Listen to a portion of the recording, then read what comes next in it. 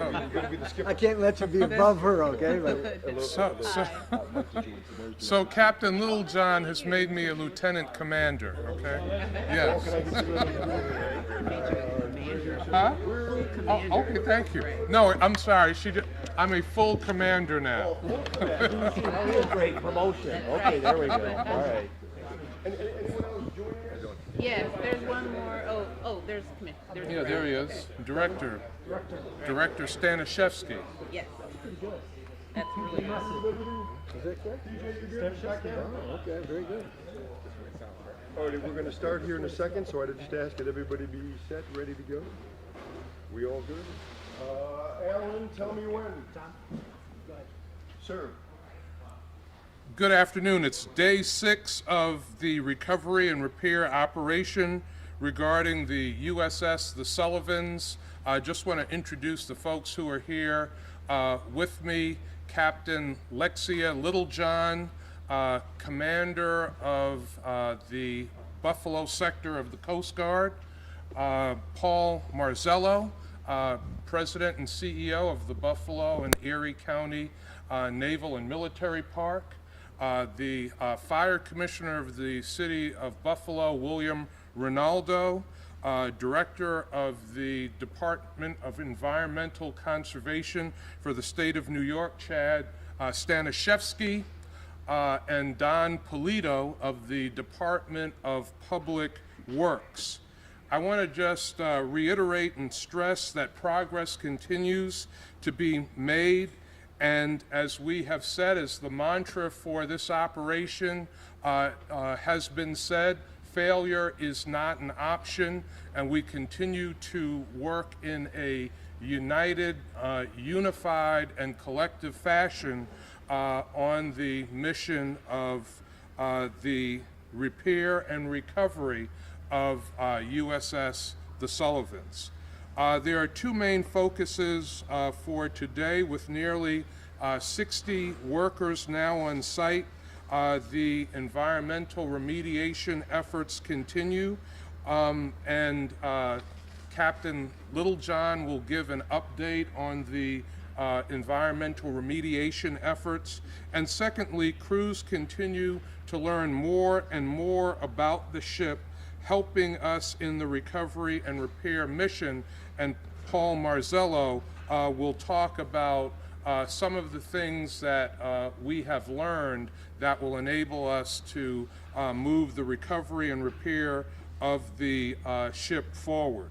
And finally, there will be a new configuration of the safety fencing that will enable patrons to be able to get into the Liberty Hound restaurant, still keeping safety in mind and still asking residents and visitors to pay close attention to the safety fencing, to not try to go through the safety fencing to get a glimpse of USS The Sullivans, but to be very mindful of safety at all times. But the fencing will be reconfigured so that people can get into the very popular Liberty Hound restaurant. Now it's my pleasure to introduce Paul Marzello, the president and CEO of the Naval Park. Thank you, sir. Good afternoon, everyone. I am going to start where I always start, and that is to thank the community. The texts, the emails, the calls, the letters have been all very inspiring and give us a renewed sense of hope that we can do the job we all intended to do. The company that we hired, which is an international recovery and repair company, TNT, had a full day on site yesterday for the first time. They have spent most of the day today working, and we were thankfully able to submit to them an archive from the USS The Sullivans back in 1943 when she was commissioned, which is a damage control manual. And the purpose of that manual was to provide some valuable drawings that the naval architect and the other members of the diving team were able to look at to see where the compartments are, and how to access them.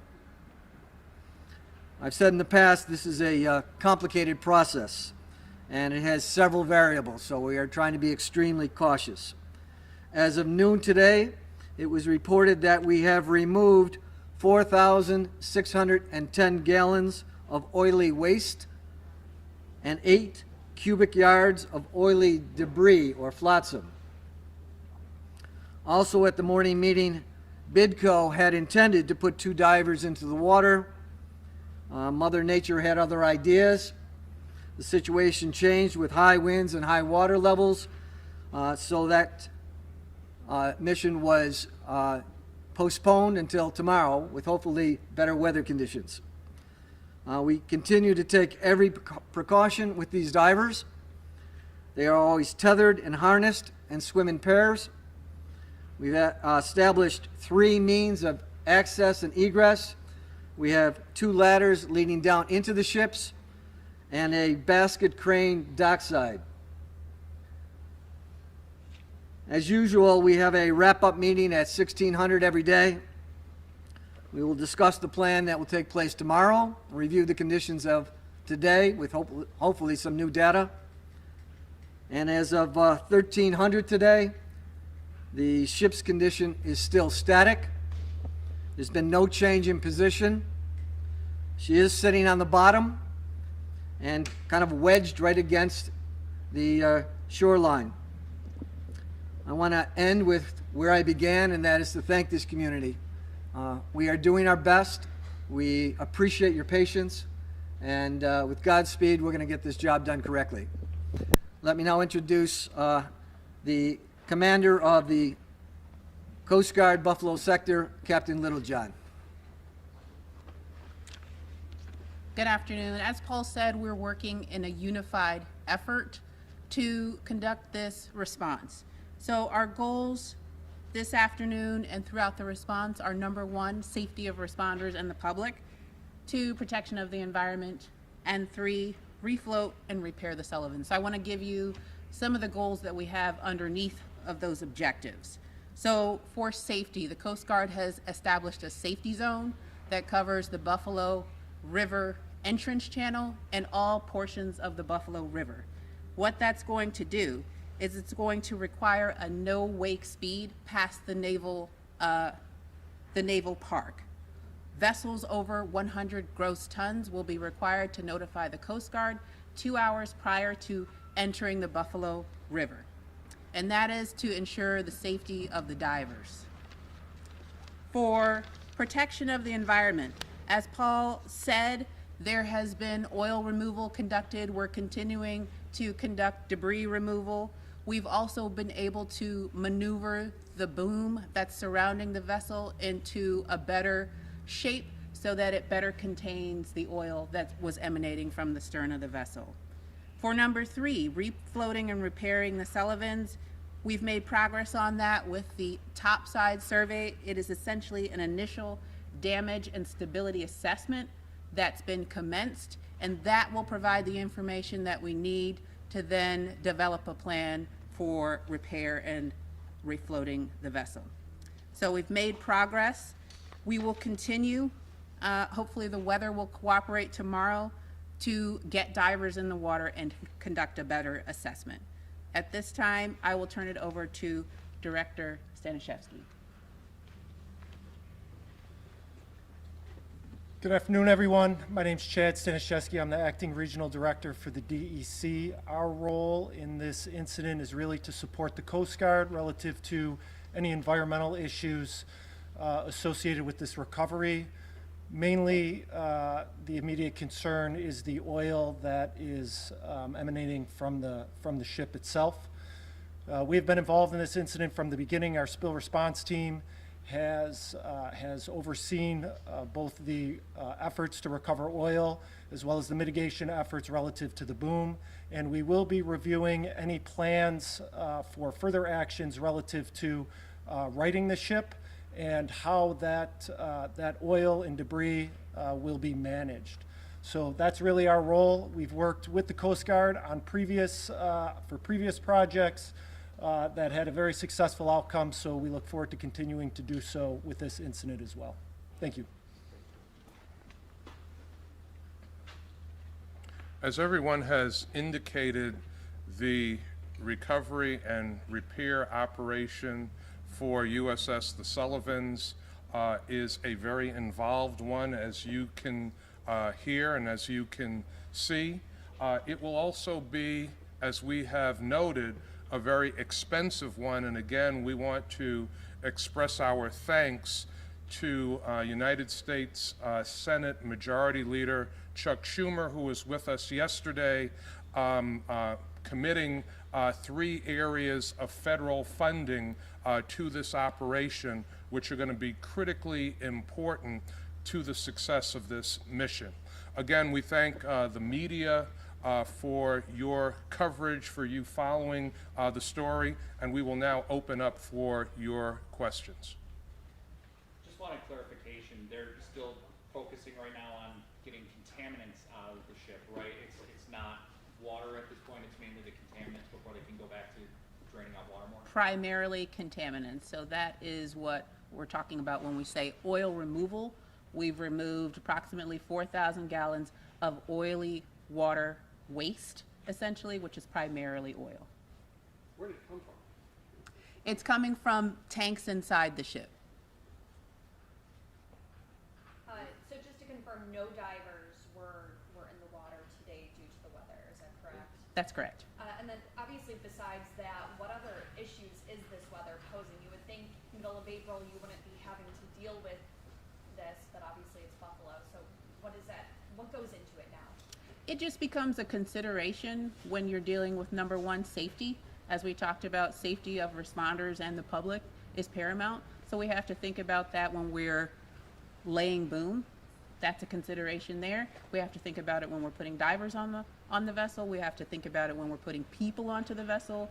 So there are a number of considerations with respect to the weather.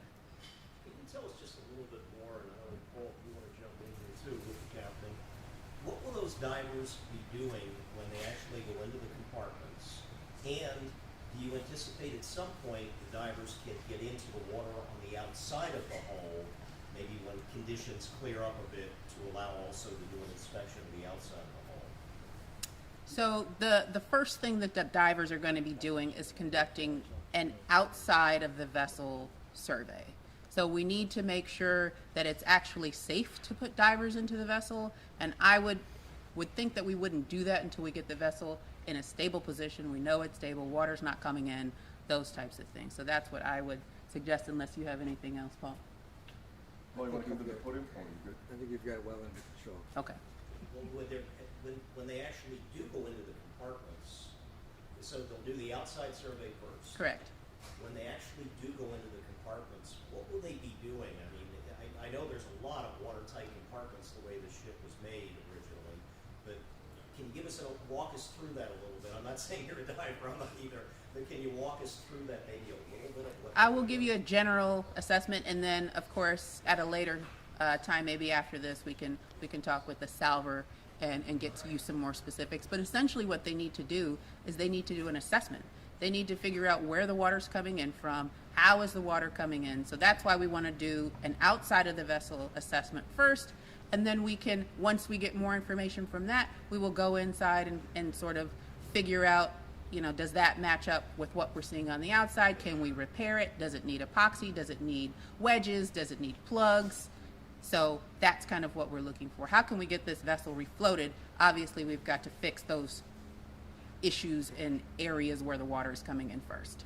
So is there a preemptive timeline in terms of hopefully getting a chance to right the ship back upright, or is this just going day by day and depending on conditions, there's just nothing that you can concretely say by X date we want to try and get this thing running? Right. I don't have a timeline for you, unfortunately, at this point. I think the weather has not been something that's been as cooperative as we would have liked, and the stations are not as predictable as we would have liked. So unfortunately, I can't give you a good timeline at this point. Saturday, there was a mention that a Navy architect would be joining the crew this week for assessment and restoration efforts. Can you tell us what they've contributed thus far? The Navy architect is on site. The Navy architect has done an assessment of the vessel, as I talked about the initial damage and stability assessment. So they were walking around the vessel. They used some tools and techniques to determine what is the list of the vessel, has it changed. They were also able to look at the video that Paul had shown and gotten a good idea of what the vessel looks like inside. So quite a bit of work done today. We talked last week about the water being too cold to epoxy. What could be done from the outside? Just plug the hole, stop the leak? Do you have any idea of what will be done in the meantime? So there's a number of different things that you can use to plug holes. So we talked about it a little bit, patches, plugs, wedges. We just need to figure out what kind of hole it is. And then of course the epoxy, which requires a certain temperature. There's a number of different techniques. We can get you more information on that. Anyone else? And Paul, just to clarify, I think I heard you actually on WGRZ radio this morning. We're still trying to, and Captain, maybe you on this, still trying to ascertain whether there was an actual puncture in the hull or if it's a seam that came open or something like that. You're still trying to figure that out, correct? Absolutely, and that's what the diver's assessment is going to be able to tell us. So when we get the divers in the water, we'll have a better idea of exactly where the water is coming in from, how the water is coming in, whether it's a hole, whether it's a seam rip, whether it's hull corrosion. There's a number of different things that it could be. And the hope is to have them in the water tomorrow. That's the plan, yes. Is there a, how do I put it?